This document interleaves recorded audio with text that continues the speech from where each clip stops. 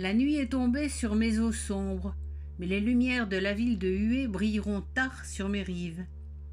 Et la circulation ne s'arrête pas sur le pont Trangtienne, construit jadis par un certain Gustave Eiffel. On m'appelle la rivière des parfums, car sur mes rives poussent herbes aromatiques et arbres fruitiers, et au printemps, des brassées de fleurs odorantes dérivent jusqu'au cœur de la ville.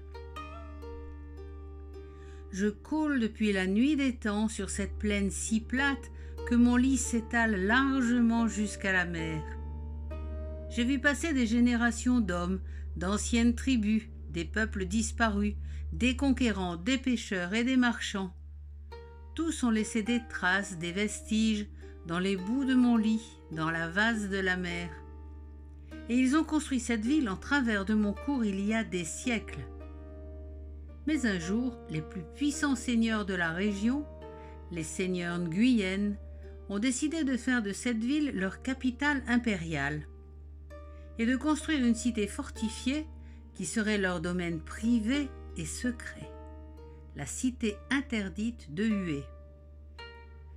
Ils ont mêlé mes eaux aux murailles de la cité, détournant mon cours pour remplir les douves de leur citadelle fortifiée. Ils ont creusé des lacs et des bassins pour embellir et rafraîchir leur jardin clos de murets où vivaient les concubines et les parents des empereurs. Ils y ont construit des temples et des palais pour abriter leur vie, leurs rites et leurs cérémonies.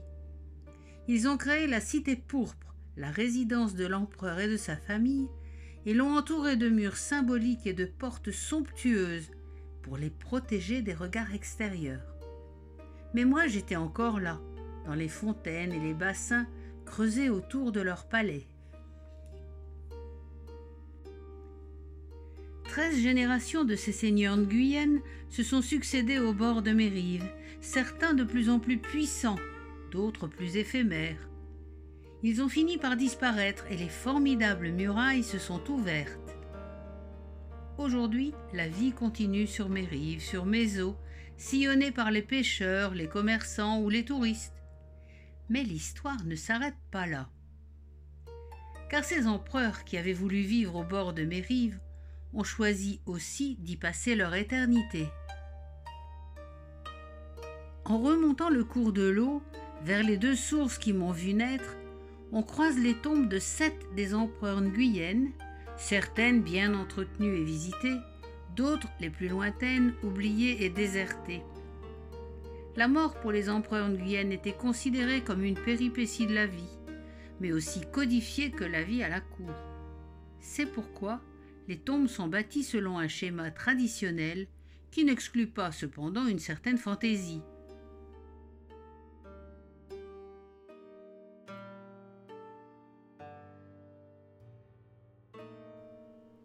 Par exemple, la tombe de Minh Mang, le second empereur, est parmi les plus belles des tombes de mes rives. C'est aussi l'une des plus purement traditionnelles, construite dans un plan strictement rectiligne qui mêle étroitement mes eaux et ma verdure avec les bâtiments alignés depuis la porte d'entrée jusqu'à la muraille qui abrite le tombeau. Les plans d'eau répartis de part et d'autre sont d'une symétrie toute classique.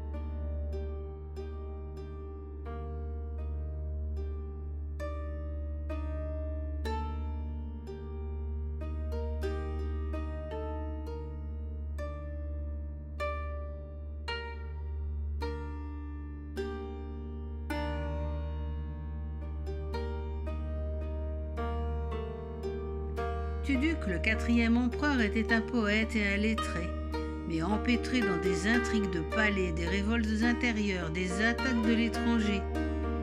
Il a donc créé son tombeau en 2 parties. Un espace de vie, de loisirs, de repos, au bord d'un lac de belle taille, où il pouvait se livrer à son activité favorite, écrire des poèmes.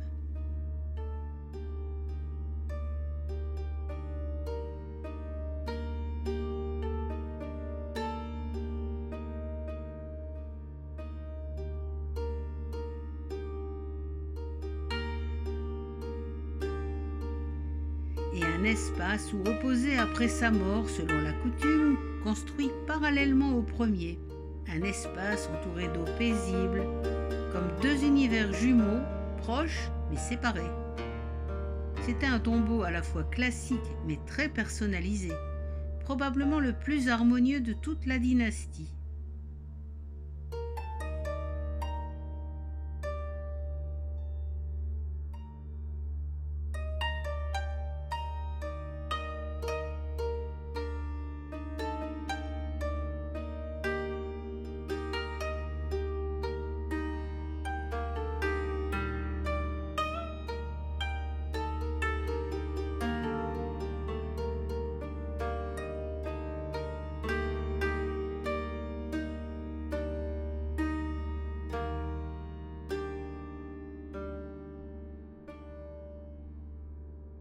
Keidin, le 12e empereur, est le plus moderne, le moins traditionnel de tous. Il fut le dernier de sa dynastie à régner totalement jusqu'à sa mort. La dynastie s'écroulera ensuite. Il était le plus progressiste aussi, le plus intéressé par l'Occident. Son tombeau est parfaitement classique dans son agencement, les bâtiments alignés le long d'une colline qu'il escalade jusqu'au sommet où culmine le cénotaphe. Mais là, point de jardin, point d'eau, point de rivière ou de bassin. Des façades de béton, festonnées, sculptées, des esplanades lisses, des escaliers gris.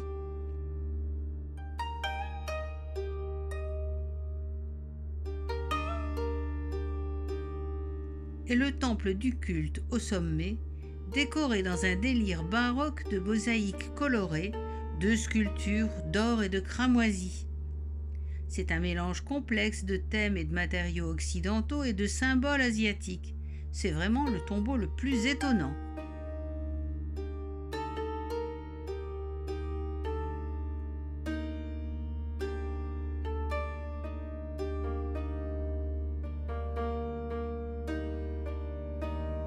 Je suis la rivière des parfums et je continue de couler le long de bien d'autres tombes plus modestes ou bien moins conservées.